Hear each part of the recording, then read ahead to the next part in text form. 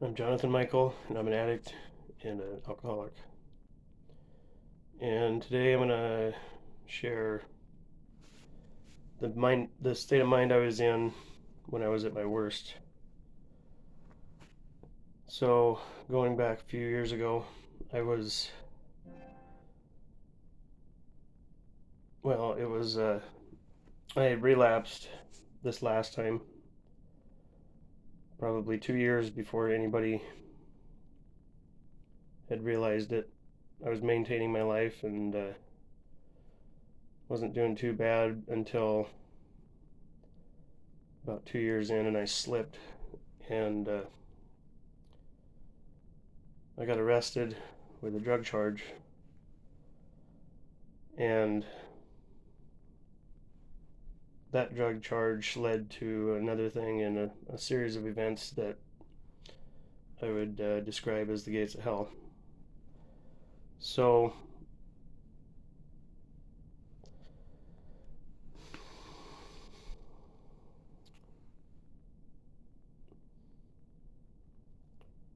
my boys came to see me on Christmas break in 2020, and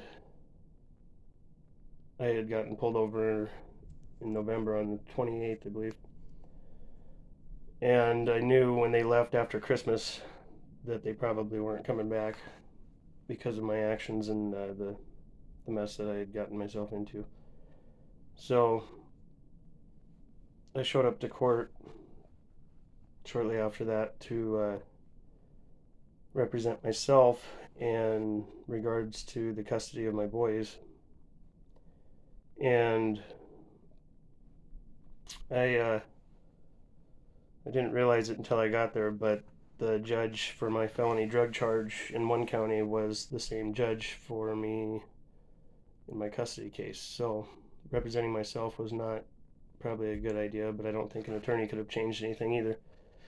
The first thing the judge said to me when I got there was, anything you say today can and will be used against you in your felony hearing in 4 days in the other county. So, not a lot I could do at that point, and I didn't realize it until I showed up that day in my suit and my tie, ready to fight like hell. And yeah, it was just I couldn't say anything. It would have made things worse. But so at that point, I remember after court, I was with my girlfriend at the time, and we drove about 30 miles. That was about the quietest 30-mile trip I think I've ever taken. No music, no talking, just completely letting it sink in. And it was digging in deep. And I remember we got to a mutual friend's house, and we were sitting there, and I was kind of starting to fall apart, and everything was sinking in. And I remember I just stood up, and my girlfriend was at the time was trying to tell me everything's going to be okay, it's all going to work out.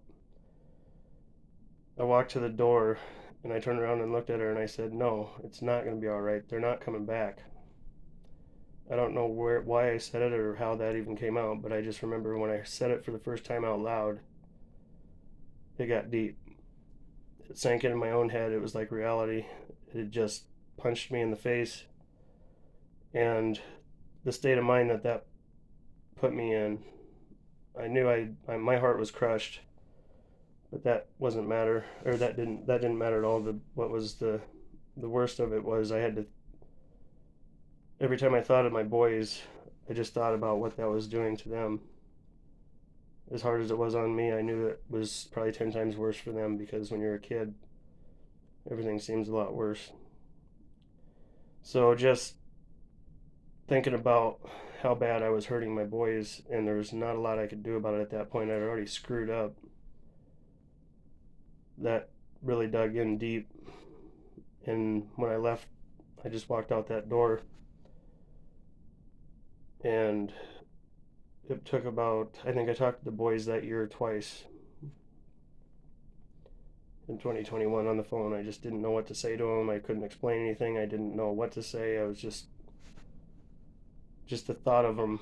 Every time I thought of my boys, it would just tear me apart. And that was why things got so extreme at that point. I was trying to ease that suffering by using, and I'd pushed my family away, and I don't even think I kept them in the loop with what was going on with my legal situation. And I left my house. I couldn't.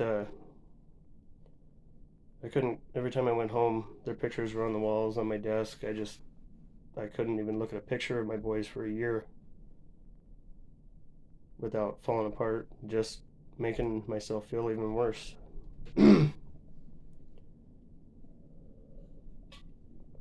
So, the series of events that happened after that, I'd pushed my friends away, even people that cared about me, my family, my friends, even my friends could see it in my eyes. They did not want anything to do with me at that point. They could see in my eyes that there was a fire, and it was probably dangerous even to hang out with me at that point because I didn't care. I felt like my life was over. I'd broken my boys' hearts, and I didn't want to live with that. So I found myself on a motorcycle. This is probably a few months later, in the middle of a rainstorm in the middle of the night, and I hydroplaned, went off the side of the highway at 70 miles an hour, and I don't know how many cartwheels I did on that ditch. I just remember landing on my back, and I opened my eyes hoping that the bike wasn't coming to land on top of me. I was probably 20 feet from the bike, and I laid there in the ditch, gasping for air. Something was seriously wrong. And it was pretty bad. I finally stood up. I realized neither one of my legs were broken, so I thought, well, that's good. I can stand up. So I walked over to the bike and I saw a gas leaking out. So I tried to pick the bike up, and so I felt my sternum move in a way that wasn't right. And I had no. My cell phone was dead. I had no way to get a hold of anybody. 10 miles from the nearest town, just gasping for air. It was like the wind got knocked out of me in a way that I've never felt before. And the first car drove by. They didn't even stop. So I went back down the ditch, tried to pick the bike up a second time, and I used my back to lift that time, and that wasn't much better. But I used my legs to lift, and I got it stood back up. So I didn't start a fire with the gas leaking in the ditch and everything. And a little bit later, another car goes by, and I finally got that one pulled over. I used their charger for 2 seconds because they were headed to work and needed to get to work. Used their charger, got my phone turned on, sent a message to my girlfriend, and said I would wrecked the bike pretty bad and I needed some help. I got no response. So I I called my best friend. To this day, he's still my best friend. He saved my rear end that day in the ditch. He was there in about 45 minutes, scraping me up out of the ditch. And I waited a week before I went to the doctor. Thought I could just either die or push through it, one or the other. I didn't really care at that point. I was already destroyed. And my friend, he really took care of me in that week. He moved a recliner into his bedroom to monitor me because I couldn't lay down. I couldn't get comfortable in any way. It was so much pain. And he screwed some blocks to the bottom of his recliner to get it up a little higher to where I actually could sit for about 3 days and moan and groan. And he was monitoring me and trying to get me to go to the doctor. I just didn't even care to go. And then finally, after about 5 or 6 days, I thought I was ready to get back out and start making a mess of things even worse. And then I got involved in another car accident. Airbag went off and hit me in the chest. And then the next day, I did go to the doctor. I got an X-ray, and the doctor came in and said, "We're gonna have to get a CAT scan on this. We need some 3D pics to see what all is going on here." Turns out I broke my sternum diagonally, and when I tried to pick the bike up, it overlapped a little bit. So that's why I was having trouble breathing. I was two vertebrae away from breaking my neck. I had 3, 4, and 5 vertebrae in my back, compression fractures, punctured a lung, and the doctors, there was about 3 of them that came in to talk to me about this. They said, "No more motorcycles. You just about broke your neck. You need to just take it easy and heal." I said, "Was there anything that I need to do?" And they said, "No. We're just gonna have to let it heal like it is." So I was emotionally broken, physically broken, mentally broken, just destroyed. I couldn't even look at a picture of my boys for a long time. It was tough. And everybody that I talked to or was talking to at that time, my friends that called to check up on me, that stopped by to see if I was doing all right, to see if I was going to live, they said, "You have got to have a bigger purpose in this life than this. This is bad." And I didn't know why I lived through that. I didn't expect to live through it. It was bad. And a week after, no, it was about 2 weeks. 2 weeks after, I was still in so much pain. It took me 2 months to even be able to sneeze again. It was bad. I couldn't cough. I had a hole in my lung. Lungs were filling up. I couldn't even cough to get that out because it was so rough. And then I got arrested again.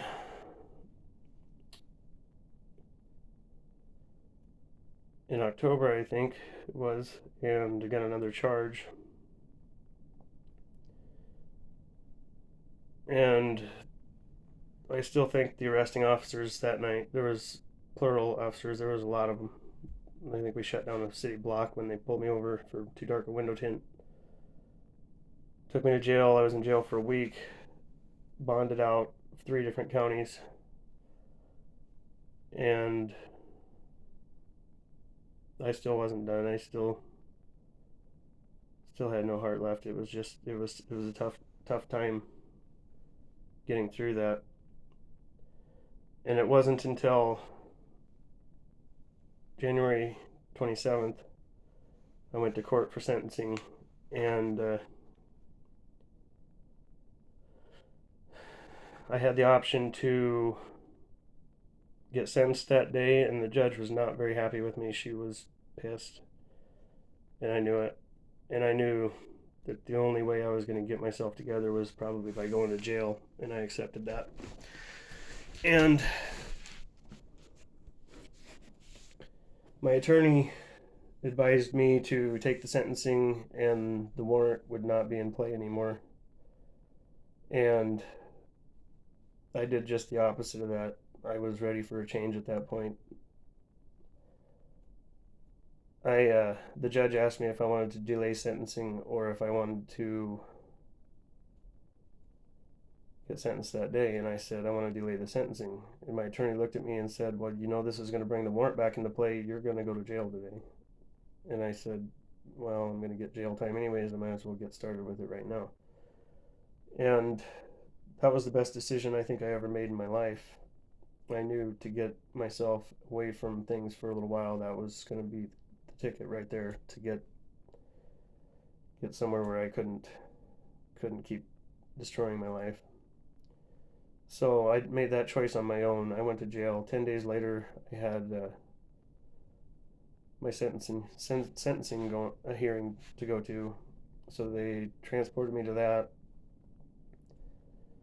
and everybody that day that rode in the bus with me to go to that county to go to their hearings.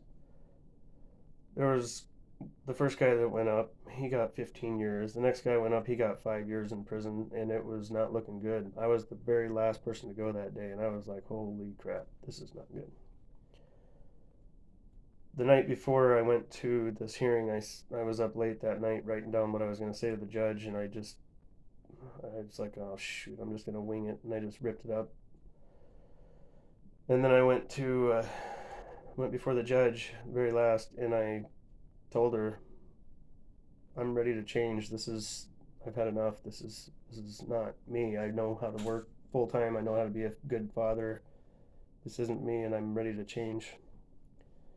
And I told her the story about my grandfather starting the first AA meeting, and I think that judge has a soft spot for AA meetings and NA meetings, because she said, "You're exactly right. What happens after probation? What happens after treatment or whatever you're going to do? What happens after that? What happens after the drug tests stop?" And I said, "Yeah, I'm a firm believer in AA and NA. That's something I've experienced in jail, and I like it." So she kind of took it easy on me. I did a few more days in jail, another couple weeks. Then I got out on 2/22/22, February 22nd. But when I was in jail, I experienced something. I'd never been that lonely in my life. I was in a cage, and God couldn't have put me in a better place at the right time. My cellmate was the biggest guy in that jail, and nobody messed with him. He just looked like he was going to walk through walls. He was so big. He was huge. He had been a bounty hunter. He had scars on his legs from being shot. He was the real deal. But the important part about being in a cell with him was he was going into ministry. And that changed my life. Every night we sat up talking, and he was giving me some good things. He was a big part of what changed my heart. And yeah, that was important to me. That was the start of a big change for me. So I'm starting to get a little bit too long on this video, so I'm gonna head for the end of it. So the important part of this message is, when you're in that state of mind, you think your life is over and stuff's out of control, it's spiraling, getting worse, and you've lost everything, nothing to lose. Just nobody even wanted to ride in the car with me. It was so dangerous. I just didn't give a crap about anything. When you're that alone and feel that lonely, that is when you're going to find something you need to pay attention to. When God's trying to tell you something, you're about there. Listen to him. Because right when I was going to give up on myself, God didn't. He made that very clear. I should have died multiple times that year, and God wasn't going to let me give up. And I've always believed in God, but that you can believe in God all you want, but until you actually trust him and listen to him, whatever brings you to your knees at your hardest times, just be quiet and listen, and he is going to reach out and he's going to guide you. In your darkest times, look for God, because he's there. The loneliest time in your life, you are going to find, that's where you're going to find help. Sometimes a rude awakening is a spiritual awakening, and I've experienced that in very extreme cases. And at that state of mind, it took an act of God to get me where I needed to be. I made the right choices from then on, and I thank God every day that I'm even alive. So that is kind of the mindset I was in, and that's where I'm moving forward to. God really is the only thing more powerful than addiction, and I've experienced that, and I believe that with all my heart. So when you think your life is over and you have nothing left, God's got your back.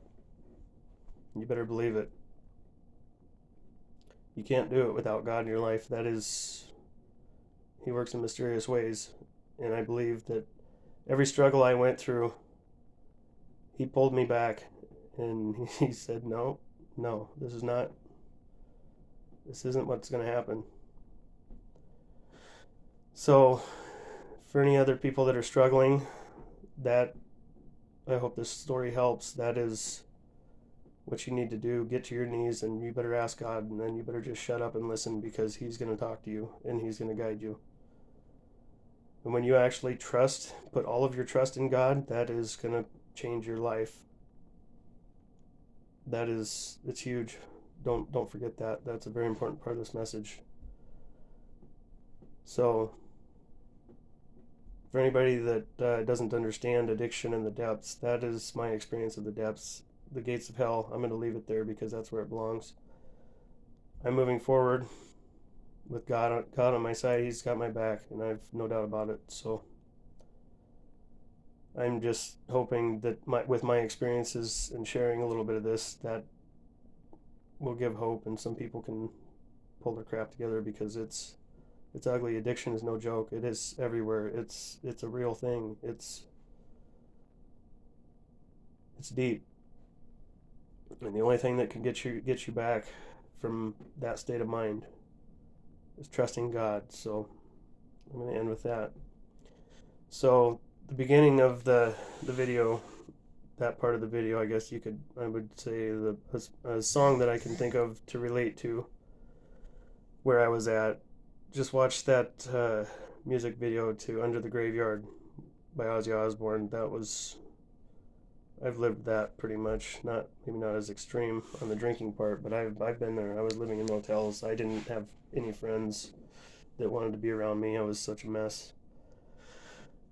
And another song I think that seems fitting right now is Moving On by Asking Alexandria. So check those two songs out, and you'll kind of experience it in your hearts where I was at. And it's no joke. I've lived it. But the gates of hell are going to stay at the gates of hell, and God's going to guide me the rest of the way, because I don't belong there. And I'm putting my life back together, moving forward. And now that I've got this off my chest, I'm going to leave it there and focus on happy things, moving forward. And share this message with anybody that needs to hear it. Hopefully it helps.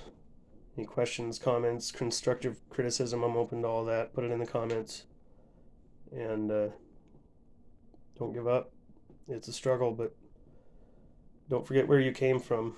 The only thing that matters is where you're going. So just respect your past, move forward, leave it in the past, because it doesn't serve any purpose. Just move forward. Keep focused on something that makes you happy besides using. I can't stress that enough. Happy thoughts, happy memories that'll keep you on track. Thank you.